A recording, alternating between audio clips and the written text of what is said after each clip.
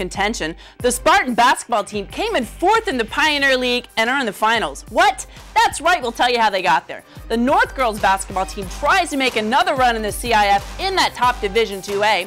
And on the pitch, South girls soccer is synonymous with CIF soccer. Let's watch them gather momentum. The North boys soccer team stepped up their play in the second part of the season. Does it carry them to the second round?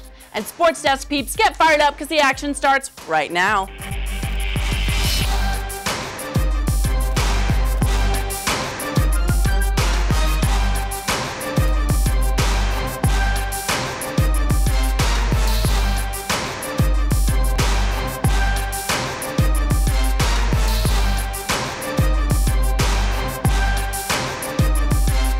Hello and welcome to the Sports Desk. We still have 2 teams competing this week in the CIF playoffs. We'll tell you how they got there. First, let's go to the hardwood.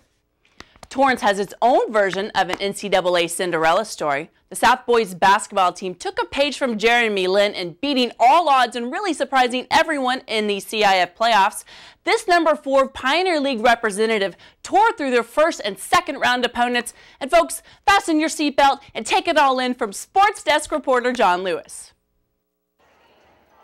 The Torrance area has certainly been giving its viewers excitement when it comes to CIF basketball play, and the quarterfinal matchup between South and La Canada was no exception. We go to the first quarter where the Spartans of South came out with a purpose.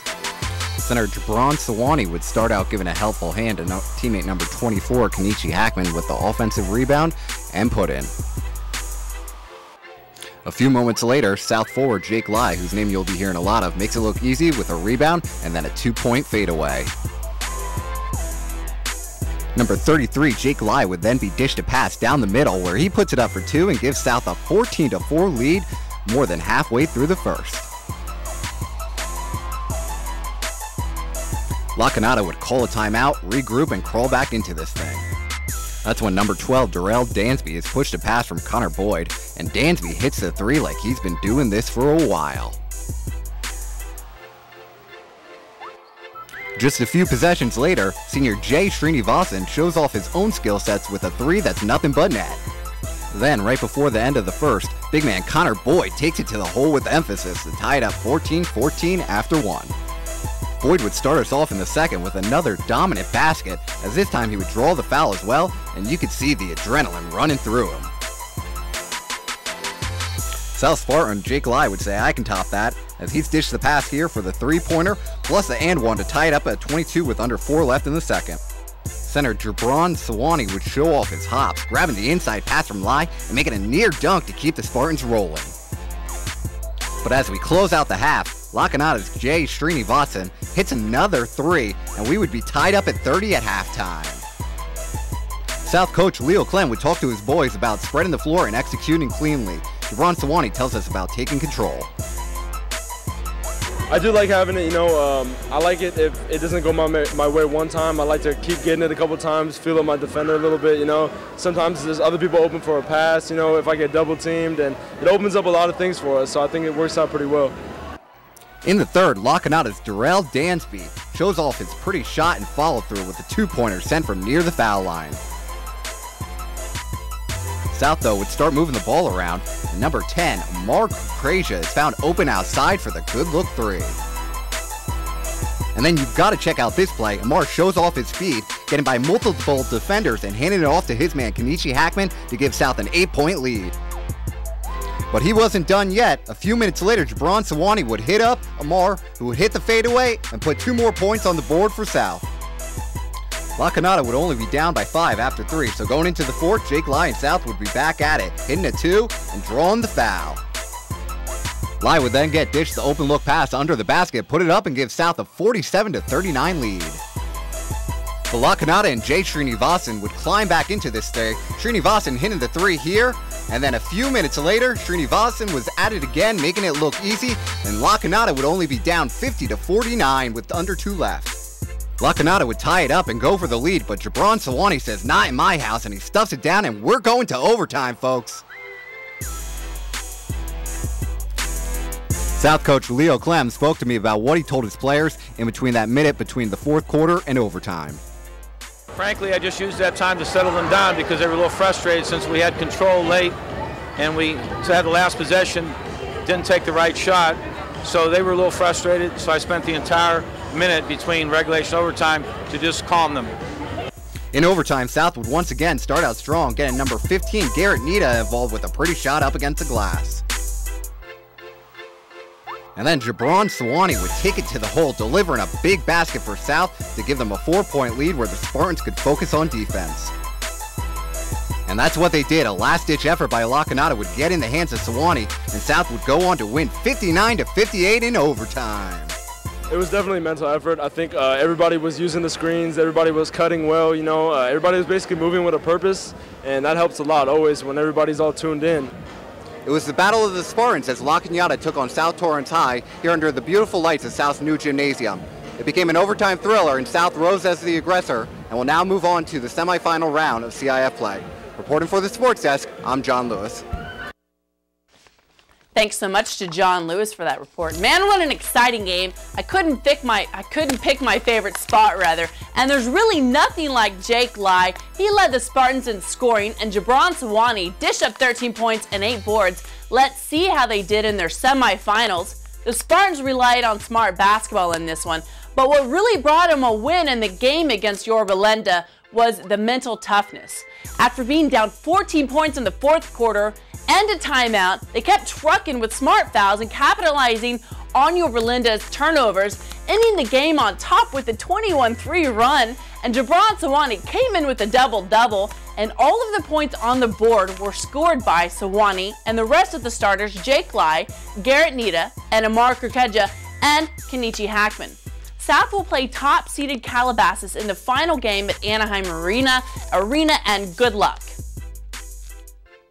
Let's go ahead and talk about that game now. Much like the Spartans, the Tartars winning in the semifinals is a little surprising to them and their fans, but that doesn't mean they don't have the talent to drive to the basket and defend. David Gascon checks out this game and tells you all about it.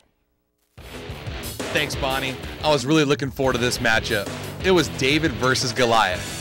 25-3 Calabasas squared off against 16-13 Torrance. The building was absolutely electric, as each school had plenty of fans that showed their spirit. So for Torrance, if they had any aspirations of pulling off an upset, they had to rely on their big men. Let's head to the action. Despite being forced to play a road contest, Calabasas came out gunning, and they showed no signs of fatigue from their long drive. They raced out to an 11-point lead, hitting shots from everywhere on the court, inside and outside. Coach Tachibana and his Tartars were forced to call an early timeout to settle things down. So after the brief discussion, Shane Smith got himself and the Tartars back into this ball game. Coach Tachibana said, "Smith is our catalyst and he's been amazing." And in this contest, it was no different. After Smith got things going, his buddies down low in the post, Jimmy Carley and Brandon Gardner, got in on the act as well. They erased that 11-0 deficit and got the Tartars within 3 as they trailed 19-16 early in the second quarter. Torrance really shook off some rust in the first quarter as they finally found their groove in the second quarter, causing Calabasas to call some early timeouts. But after those timeouts, they really got themselves going. Once Calabasas settled down, they showed why they were the #1 team in the division, as Jeremy Lieberman led the way with 16 points, and this shot just before halftime really broke the hearts of Torrance as they trailed 37-19 going into half. Things went from bad to worse for Torrance in the second half as their Cinderella dream season came to a crashing halt. But for Calabasas, they punched their ticket to the finals with the 67-46 victory, but next up, they got another Torrance team to do battle with. Back to you, Dave. Bonnie. Thanks, Dave, for the wrap-up. The gym was packed and the buzz was there, showing the Tartars fans and their support. Shane Smith was the MVP with 14 points, 8 rebounds, and 5 steals. Jimmy Carley had the most impact at D for the Tartars, and Brandon Gardner's scoring attempts were stifled by that Calabasas defense. In the end, though, that wasn't enough, and it was impressive that Torrance played till the semis. Let's take a look at the other teams that were competing last week. The Saxons core players took them all the way to the quarterfinals. What an exciting win over Don Lugo. And Brandon Gardner led the scoring for the Saxons with 16, and Eddie Lee and Brendan Wong both dished in 13 points. In this Don Lugo win, JT Heath was stellar on defense with 10 boards and 5 steals. North's momentum would be squashed in the Division II quarterfinals by the top-seeded Mayfair, 98-79. Good run there, though, boys. And as the number 3 seed in the Super A division, Bishop Montgomery had a heartbreaking end to their postseason with a 73-67 loss to the number 6 seed Crespi. Sophomore Justin Bivens scored a game-high 29 points, and 21 of those were in the fourth quarter. The Knights' turnovers would inevitably be what killed them. It was a nice run, though, fellas, and most of their star players are underclassmen, so look for them to make another run next year. That's all the boys' prep basketball we have for you. But coming up after this break, the Lady Saxons host a number 3 seed, and we'll see if that gives them an advantage. Stick around.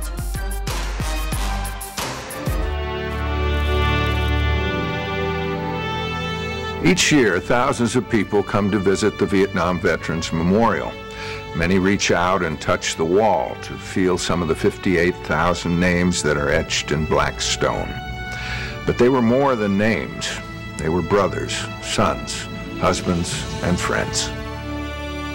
People whose lives had meaning and whose stories deserve to be told. Memories like these are the heart of the Education Center at the Wall. Help us keep these stories alive to honor and remember those who served. The Education Center at the Wall will preserve the images, letters, and stories of those who served so that their lives will never be forgotten. Call or click now and help us build it. What if you could ignite your child's love of learning with one after-school program? What if that one program was easy and fun? Destination Imagination is the one. Destination Imagination has taught teamwork, creativity, and problem solving for more than 25 years. A major university study showed our students are ahead of others in creativity and critical thinking. Learn more at startateam.org and make Destination Imagination the one for you. Welcome back. The Lady Saxons' overall 17-11 record going into the second round of the playoffs didn't keep them from believing they couldn't make it all the way to the finals. Ashley Morgado takes us through the Division IIA second round game against Rigetti. This entire season, the North Saxon girls basketball team has barely come up short. In every interview, they have talked about their massive potential and not playing to it. Well, the Saxons got their chance and took their first round match of CIF playoffs. Hoping to prove that potential again, the Saxons took on the Rigetti Warriors from Santa Maria, California in their second round matchup of playoffs. Although the Saxons played one of their best games all year, sadly again, they barely came up short. First quarter started incredibly slow. In fact, no points were on the board until midway in, North sunk a free throw to take the first strike. But that woke up the Warriors, who immediately pushed down the court and gave it to number 34, Mariah Cooks, who put up their first 2 points. At the end of the first, the Saxons trailed by just 1. Now to the second. I mentioned Cooks earlier, who got it started for the Warriors. Well, she took over in the second. Here, she forces through defender Clarissa McAdougal and puts up another 2 to extend the Warriors' lead by 6. C-Mac responded moments later with this basket to close in 20-24. With 3 minutes left in the half, Cooks unleashed. First, a three-pointer from downtown. Then, these back-to-back post-ups that gave the Warriors a 5-point lead. Cooks made 21 of the 31 Warrior points coming in to halftime. Now to the third. North unleashed some shooters of their own, and number 23, Kara Shimasaki, dishes this 3 to put the Saxons down by 2. Under 4 minutes to go, Warriors number 44 sunk this 3, followed by Cooks battling an army of white to put up 2 more. Warriors now lead by 7. But Shimasaki feels that fire. Here she heats up to get the crowd going, and then she just lights on fire with her second three-pointer. On the Warriors' heels, the Saxons are only down by 1. To start the fourth, confusion left Warrior number 33 all alone under the basket, and she stretches their lead. But freshman Riley Camilla sinks a three to tie the score with a little over 5 minutes to go. Later in the quarter, both the C-Mac and Camilla get fouled, and crucial free throws put the Saxons up by 4 for the first time. Number 34 started the points, and she will end with big points. Here she ties the game, and then, with the seconds winding down, she takes this one all the way in, spin, drive, twirl, and 2 points. The Saxons had 10 seconds and possession, but both attempts were denied, and the Warriors won by 2. The final score was 50-48. For the Sports Desk, I'm Ashley Morgado. Thanks, Ashley, for those highlights. And it was definitely more of a bummer of a loss against unseeded Brigetti. Congratulations for getting to CIF, though. Lady Tartar season ended in a quarterfinal loss to a 3-seeded Arroyo Grande. Going in seeded at 11, the Tartar second-place Pioneer League team was more than hopeful for success, but major credit is giving them for reaching to those quarterfinals. On this story, it's my least final result to report. After West whooped up on Esperanza in the quarterfinals, they were stopped on the road by Rio Mesa. Going into the Division III AAA playoffs, the Lady Warriors gained the number 1 seed and just couldn't close it out in these semis. In the game that went to overtime, Nicole Nataki and Chantaline Trudeau scored in the double digits. Congrats on the successful season, especially after people thought you wouldn't even be a contender. After the break, we go to the pitch, and later in the show, we're going to tell you the ladies who are post-season pros, and we'll show you how they keep on keeping on. Stick around. It is important for young people to have a mentor in their life. I would definitely say that I have had an impact on his life, and he's had an impact on my life. One of the most important lessons that I've learned from Charlie is to make better decisions and take responsibility for what you're going to do. Think about what you would be today if people didn't go a step out of their way to help you out. And that's really what it's all about. So get involved and do your part. Invest in the future. Mentor a child. Never look a howler monkey in the eye. Fried ants are delicious. We finished a clinic in a rainstorm. Really? That was a confidence builder. My students actually ended up teaching me. Yeah. In la keg, a la king. Think managing a sales team is tough. Try working with 5 different villages. My alarm clock was a rooster. After 2 months, I was ready to quit, but after 2 years, I didn't want to leave. I didn't know I had it in me. Turn 2 years of service into a lifetime of experience. Let's start with the Prep Boys soccer first. And the North Saxons took on the Oak Hill Bulldogs in the second round. It came down to a battle of the goalies. Who outperformed the other? Saxons Jane Lasardi or Bulldog Yehudu Marin? And the Sports Desk reporter is new. Brittany Johnson brings you this one. The Saxons got off to a pretty slow start this season, but that didn't stop them from grinding it out on the field against the Oak Hills Bulldogs. Head coach Diego Tiraldo is proud of how far his team has come. It was the whole season actually coming together as a team towards the end, which is what matters. We pick it up early on in the first half. North trying to defend their goal. A little back and forth passing action between the Saxons. Saxons trying to get it up the field and out of their territory, but the Bulldogs aren't about to let that happen and try to make it to their first goal. But it's no good. But do the Saxons know what to do with it? Oak Hills coughs up the ball from the pressure. Nice pass by Jonathan, and Brian is able to put it in the back of the net. But do the Bulldogs have the answer? Oh, I think they do. The Bulldogs throw the ball in, and it goes off the head and in the net. Bulldogs with the equalizer. Now to the second half where the score is still tied. Manny with the pass down the field to try to get things going. The Saxons can't score in this possession. They have many close calls throughout the game, but they could not capitalize. Going the other way now, the Bulldogs trying to score but can't get past the pressure put on by Patrick and Brett, something the Saxons have been working on all season. Patrick with the foul at the end of the play. North with the ball now, the pass from Manny to Carlos to try to take it down the field. It's a tough battle here in the second half. Both teams trying to go back and forth to score, but neither team can get the job done, so we go into overtime. Not 1 overtime, but 2 overtimes. Let's fast forward now to the bottom of the second overtime. This is the last chance to end the game, but the Bulldogs can't get past the Saxons. So you know what that means. Line them up, coach. It's time for a shootout. Abel Ariola is up first for the Bulldogs. The kick goes too far to the left, and the crowd goes crazy. Brian Johnson up next for the Saxons. He already has 1 goal, and he gets another one. The Saxons are up 1-0 in the shootout. Jose Nuno is able to slide it right past Lasardi. Yudi Marin is able to get a hand on it to stop Luis Trejo from scoring. This fake out is able to get right past Lasardi to make it a 2-1 Oak Hills lead. Diego Ortiz up next, but the kick goes over the net instead of in. The Bulldogs up again, and the kick goes to the left corner, and Lasardi goes the wrong way. But the Saxons are still in the game with a kick by Gerardo Gonzalez to the back left corner. Last up for the Bulldogs is Anthony Alvarez for the win, and it's good. The Bulldogs rushed the field shouting and celebrating their win, and the Saxons walked off the field in silence.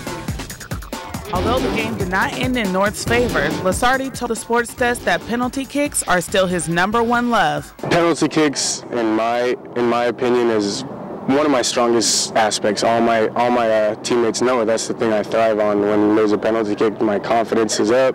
I'm thinking in my mind, just, I'm going to block this. Don't worry about it, Lasardi. Whether you're up or down, your team will always be there for you when you need them the most. James, he goes 100% every game, and I think it starts with him, and it goes all the way up top with us, and without him, we don't know what to do, because he's not only a great goalie, but he's a great captain. Oak Hills takes the victory, winning the CIF Southern Section Division 4 second round game and ends the Saxon season. In Torrance, I'm Brittany Johnson for the Sports Desk. Congratulations to the Saxons for getting to the second round and keeping up the soccer program dominance in the South Bay. While James Lasardi let 4 goals past him in the shootout, the Saxons only scored 2 goals for them in that shootout. There are core players making a return next season, though they'll lose 4 defensive starters to graduation. And congratulations and welcome aboard, Brittany Johnson. The South Spartans took the Pioneer League crown and made the deepest run in the CIF among the prep boys teams out of Torrance. They managed a goal in OT against first place Saddleback from the Orange Coast League.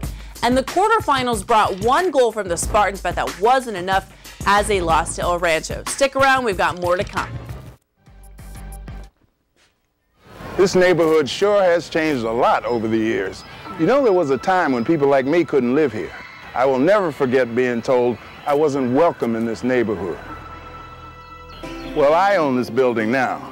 The Fair Housing Act made a difference for someone like me, so I can choose where I want to live, free from discrimination. Glad you could make it. Right this way.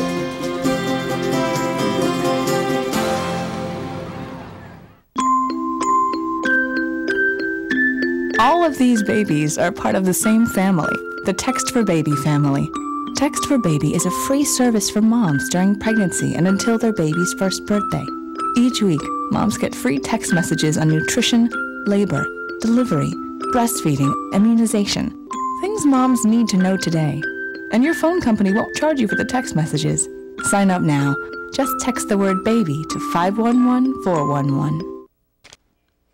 For the last several years, the South Spartan girls soccer team has been no stranger to the postseason. This team brings 4 seniors and a whole lot of talented underclassmen. They share the Pioneer League title with Torrance, and they're setting themselves up for a run deep into the Division 4 final game. But before we take a look at those highlights, let's go ahead and check out how they did in round 2. And the Ocean League's #3 team, Santa Monica, brought first half pressure, but South shut them down. Kaylin Kamerly, Jessica Nakai, and Amanda Whittle led this team in scoring, assists, and impressive play, ladies. Let's take a look at how their quarterfinal game against Santa Paula panned out. South struggled early with the Santa Paula offense, pressuring giving way to a wacky goal that South scored for their opponent, and it's only minutes into the first half. It's a back-and-forth battle with only 10 minutes left in the first half, and freshman Kaylin Kamerly will cross it to the middle where Jessica Nakai lefties it in past Clarissa Camacho, and you know Jessica Nakai is happy after letting that first goal in for Santa Paula. Senior captain Tina Yagayan scored the goal-ahead goal, so they're up 2-1. Amanda Whittle on the corner kick. South keeps it up, and Haley Stewart will win the battle with the goalie, getting knocked out at the knees. But she shakes it off and is happy for the 3-1 lead. One goal for South. Senior Melissa Anderson's attack at the net shows that South's lackluster play of the first half is a thing of the past. And through the eyes of the Santa Paula goalie, it seems like it will never end. South continued dominating the game with a final score by Kaylin Kamerly, sealing the deal 4-1. There's a theme that these players seem to have about reaching the final destination. Let's talk to a few of the players to see exactly what they mean. We just have to keep playing like we usually do and just connect passes and just play like a team. I just think we have to keep connecting and keep playing the way we're playing as a team, and I think we'll do pretty well. The Lady Spartans came back from a 1-goal deficit, and it was led by Jessica Nakai. She really sparked herself and her team back into the offensive momentum they knew that they possessed. A hit list of the goals: Jessica, Tina Yegiyan, Haley Stewart, and freshman Kaylin Kamerly. They couldn't have done it, though, without Kyla Dykeman, Cassidy Griego, and Amanda Whittle with the assists. The Lady Spartans begin their hopeful trip to the finals. They play first, though, Loyola in the semis. And I hope that we are bringing you a final result of the Lady Spartans winning the CIF Division IV Southern Section. Now is the time in the show that you let us know some things we don't or some stories we should cover. Please give us a call at 310-618-5762. Email us at thesportsdesk@torranceca.gov. And you can view all of our shows on our city website, as well as all the shows from 2010, 2011, and 2012 on YouTube. That's all we have for you today. But good luck to the South Spartan boys basketball team and the Lady Spartans who are competing, and we hope that you're competing all the way to the final game. Until next time, Torrance, play hard.